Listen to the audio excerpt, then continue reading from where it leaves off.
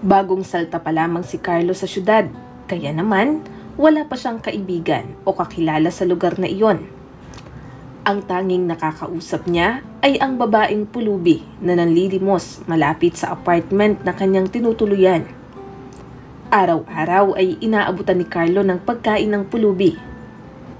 Kung tutuusin ay talagang nakakaawa ang pulubi dahil mayroon siyang amnesia ni hindi niya maalala kung ano ang kanyang pangalan.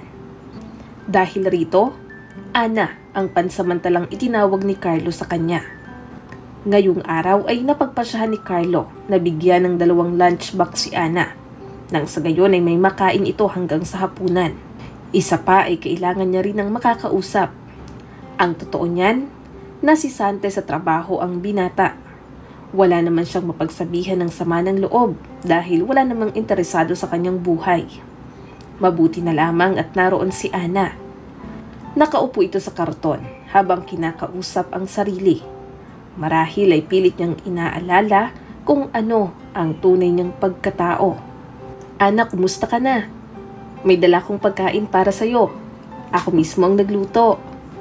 Nakangiting wika ni Carlo sabay abot ng lunchbox. Ilang sandali pa ay naupo siya sa tabi ni Ana. Medyo okay ng pakiramdam ko ngayon. Medyo nahihilo na sa gutom. Buti na lang at dumating ka na. Bakit para yatang malungkot ka? O baka naman pagod ka lang? Napabuntong hininga si Carlo bago sumagot. Hindi ako pagod. Malungkot lang talaga ako dahil natanggal ako sa trabaho.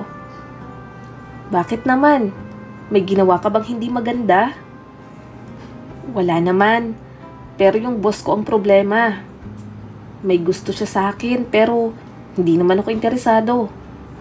Kaya ayun, ginamit niya ang posisyon niya para pilitin akong makipagrelasyon. Tapos nung tumanggi ako, sinisante niya ako kaagad. Pinahiya niya ako sa buong opisina. Sinigaw-sigawan niya ako na may kasama pang pagbabanta. Ako patuloy itong masama sa paningin ng mga dati kong kaopisina. Nakakahiya man pero pasalamat na lang din ako dahil hindi na siya ang boss ko. Yun nga lang, kailangan ko na namang maghanap ng trabaho. Sa ngayon, susubukan ko munang maging freelancer. Dahil isa naman akong copywriter kaya hindi ko kailangang pumasok sa opisina araw-araw. Gustong suportahan ni Ana si Carlo dahil ito lamang ang kaisa-isang tao na tumulong sa kanya.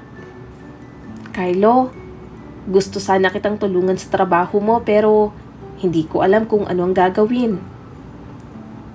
Huwag kang mag-alala, Ana. Okay lang ako. Magagawan ko naman ang paraan ng problema ko. Siya nga pala, okay na ba yung tinitirhan mo? Siguraduhin mong ligtas doon. Sabi sa balita ay uulan daw ng malakas mamaya. Kaya umuwi ka kaagad para hindi ka maubusan ng higaan sa shelter. Oo, okay nang lahat. Huwag mo na akong alalahanin. May nakausap na ako sa shelter. Wika ni Ana, sabay tingin sa malayo. Ayaw niyang mahalata ni Carlo na nagsisinungaling lamang siya. Matagal niya nang gusto ang binata. Alam niyang napakabuti ng kalooban nito. Kung hindi dahil kay Carlo ay baka matagal na siyang namatay sa gutom. Si Carlo din ang nagbigay sa kanya ng mga damit at kumot. Halos kalahating oras din silang nag-uusap bago napagpasyahan ni Carlo na umuwi upang maghanap ng trabaho online. Pagkarating ng bahay ay agad niyang hinagilap ang computer upang maghanap ng kliyente. Wala pang isang oras ay mayroon agad nag-offer ng trabaho sa kanya. Maganda at disente ang kanyang portfolio, kaya maganda rin ang offer para sa gagawing article. Base sa computation ni Carlo, kapag mabilis niyang natapos ang project ay kikita siya ng katumbas ng sweldo niya ng 1 linggo sa dating trabaho. Ito ang naging motivation ng binata upang pagbutihan ng trabaho. Kahit hating gabi na, ay nasa harap pa din siya ng computer. Dahil abala sa trabaho, ay nawala na sa isip niya ang kumain. Madaling araw na nang matapos siya sa ginagawa. Pagkatayo niya, doon niya lamang naramdaman ang gutom at lamig ng panahon. Napasilip siya sa labas ng bintana. Ang lakas naman ng ulan. Bulong niya sa sarili. Sa halip na kumain ay isinuot niya ang jacket, kinuha ang payong bago patakbong lumabas ng apartment. Naalala niya si Ana. Malakas ang kutob niyang nasa lansangan pa ito. At tama nga ang kanyang hinala. Habang papalapit siya sa pwesto nito ay kitang-kita niya kung papaanong namamaluktot si Ana sa sobrang lamig. Basang-basa na ang karton na sapin nito at tanging ang manipis na kumot na lamang ang kanyang itinatakip sa sarili. Ana, anong ginagawa mo rito? Ginaw na ginaw ka na. Bakit hindi mo ko pinuntahan? Nag-aalalang wika ni Carlo. Agad niyang binuhat si Ana upang dalhin sa apartment. Hindi na nakapag-react pa ang dalaga dahil nanginginig ang katawan nito sa sobrang lamig. Pagkarating sa apartment ay agad kumuha ng bagong damit at makapal na tuwalya si Carlo. Kumuha rin siya ng mainit na tubig upang ipainom kay Ana. Isuot mo rin itong makapal na medyas para hindi ka ginawin. Wika ni Carlo. Naaawa siya kay Ana. Sinisisi niya rin ang sarili kung bakit hindi niya ito isinama sa apartment kanina, gayong alam niya namang wala itong ibang mapupuntahan. Dahil sa tagal niyang magdesisyon kung isasama niya ito sa apartment ay muntik nang malagay sa alanganin ang buhay ni Ana. Habang nagbibihis ito ay nag-init na ng sabaw si Carlo. Ana, pasensya ka na sa damit na ipinasuot ko sa'yo. Medyo malaki lang pero huwag kang mag-alala. Kapag may extra kong pera, ibibilhan na lang kita ng para sa'yo. Ano ka ba, Carlo? Okay lang. Nagpapasalamat nga ako sa'yo. Napakabuti mo sa akin.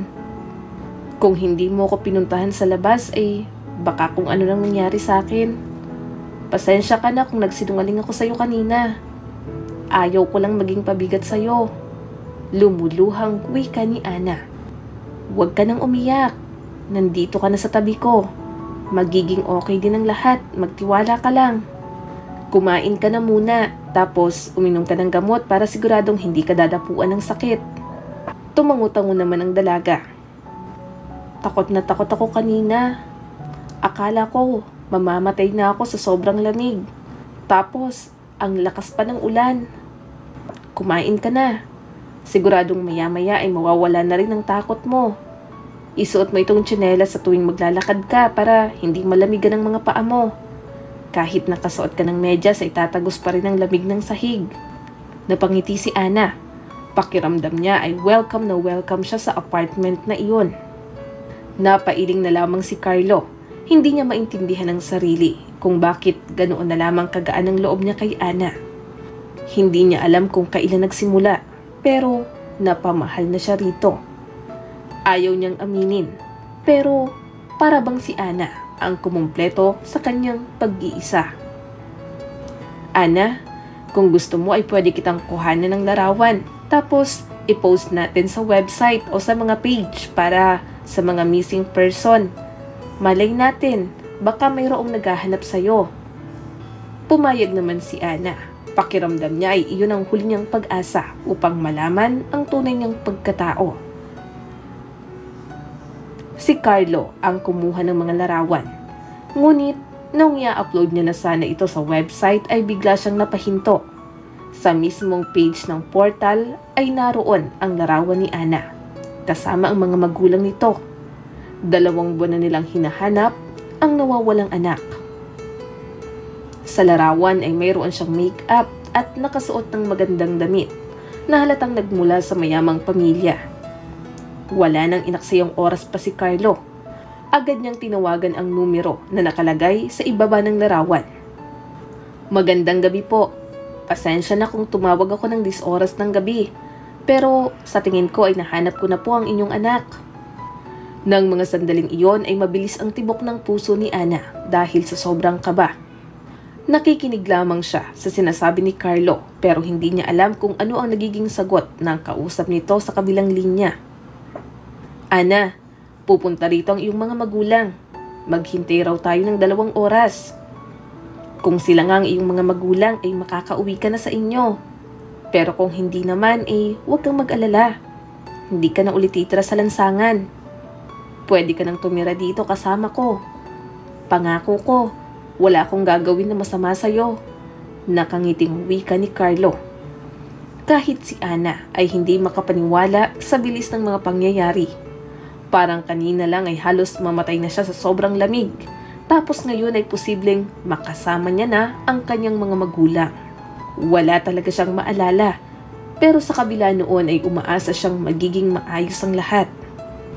Kung sila nga ang tunay niyang mga magulang ay mukhang mahal naman siya ng mga ito. Dahil hindi pa dinadalaw ng antok ay naglakad-lakad lamang siya sa loob ng apartment. Ana, bakit hindi muna tayo manood ng pelikula? Sa tingin ko ay mas mabilis lumipas ang oras kapag may gagawin tayo. Baka mamaya masira na yung flooring sa kakalakad mo dyan. Pabirong wika ni Carlo. Pumayag naman si Ana. Komportable siyang naupo sa sofa habang nanonood. Pero si Carlo ay walang ginawa kung hindi ang pagmasdan ang maamong mukha ni Ana. Nag-aalala siya para dito. Pero ipinagdarasal niya na sana ay makasama na nito ang tunay na pamilya. At sana hindi siya makalimutan nito. Sa kaibuturan ng puso ni Carlo ay gusto niyang makasama pa ng mas matagal si Ana. Gusto niya na mas makilala pa ito. Mabilis na lumipas ang oras. Hindi pa man natatapos ang pelikula ay narinig na nila ang tunog ng doorbell. Pareho silang kinakabahan sa kung ano ang mangyayari. Si Carlo ang nagbukas ng pinto, habang si Ana ay nanatiling nakaupo sa sofa. Pero nang marinig niya ang pamilyar na boses, ay agad siyang napatayo. Mami? Daddy? Napatakbong sigaw ni Ana bago mahigpit na niyakap ang kanyang mga magulang. Lahat sila ay naging emosyonal, lalo na ang nanay ni Ana. Anak, hindi kami nawalan ng pag-asa. Nagtiwala kami na buhay ka pa. Maraming salamat anak at sa wakas ay natagpuan ka na namin. Naibahagi ng mga magulang ni Ana na hindi agad sila naniwala na buhay pa ang kanilang anak. Dahil ilang beses na silang naloko at hiningian ng malaking halaga ng mga scammers. Bago sila umalis kasama si Ana ay nag-abot ito ng sobre kay Carlo bilang pasasalamat. Salamat dahil hindi mo pinabayaan ang aming anak. Matapos noon ay naiwang mag-isa si Carlo sa apartment at noong buksan niya ang nilalaman ng sobre ay nanlaki ang kanyang mga mata dahil malaking halaga ang nakasulat sa tseke. Pero sa kabila noon ay hindi niya magawang maging masaya. Bigla siyang nagsisi. Kung sana lamang ay hindi siya nagpresenta na hanapin ang tunay na pamilya ni Ana, sana ay kapiling niya pa ito ngayon. Sinira niya ang sariling kaligayahan. Walang araw na lumipas na hindi niya naalala si Ana, lalo na sa tuwing madadaanan niya ang lugar kung saan ito palaging nakaupo. Tuwing gabi ay pinagmamasdan niya ang larawan nito na siya mismo ang kumuha. Miss na miss niya na si Ana. Wala rin siyang balita rito. Napakalungkot ni Carlos. Umaasa rin siya na muling magtatagpo ang kanilang landas kahit ilang minuto lamang. Mahal niya si Ana, pero hindi siya sigurado kung pareho ba sila ng nararamdaman para sa isa't isa. Naistorbo ang pagmumuni-muni ni Carlos nang tumunog ang kanyang cellphone. Hello? Pwede bang buksan mo ang pinto? Balita ko ay hindi ka lumalabas ng bahay. Wika ng pamilyar na boses. Dali-daling binuksan ni Carlo ang pinto at hindi nga siya nagkamali. Si Ana nga ang dumating. Niyakap niya ito ng mahigpit bago hinalikan sa labi. Ilang minuto rin silang magkayakap. Hindi makapaniwala si Carlo na naroon na ang babaeng minamahal niya. Kumusta ka na? Miss na kita. Bakit ngayon ka lang dumating? Sunod-sunod na tanong ng binata. Carlo, pwede bang maupo muna tayo bago kay kwento ang lahat? Natatawang wika naman ni Ana. Oo naman, makikinig ako sa bawat sasabihin mo. Matagal kong hinintay ang pagkakataong ito. Maayos naman ang lahat. Yung mga magulang ko pala ay mayaman. Maniniwala ka bang may sarili akong sports car? At kaya ako nagkaroon ng amnesia ay dahil sa nangyaring insidente. Dinukot ako ng mga taong may galit at inggit sa daddy ko. Gusto nilang humingi ng pera sa pamamagitan ng pagdukot sa akin. Buti na lang at nakagawa ko ng paraan. Nakatakas ako at dahil madilim ang paligid ay hindi ko namalayan na bangin na palang aking tinatakbuhan. Nagpagulong-gulong ako hanggang sa mawalan ng malay. Noong magising ako ay wala na akong maalala. Tapos yung mga nangangalakal ng basura ang tumulong sa akin. Mula noon ay nagpalaboy-laboy na ako. Namumuhay sa pamamalimos sa kalsada hanggang sa nakilala na nga kita.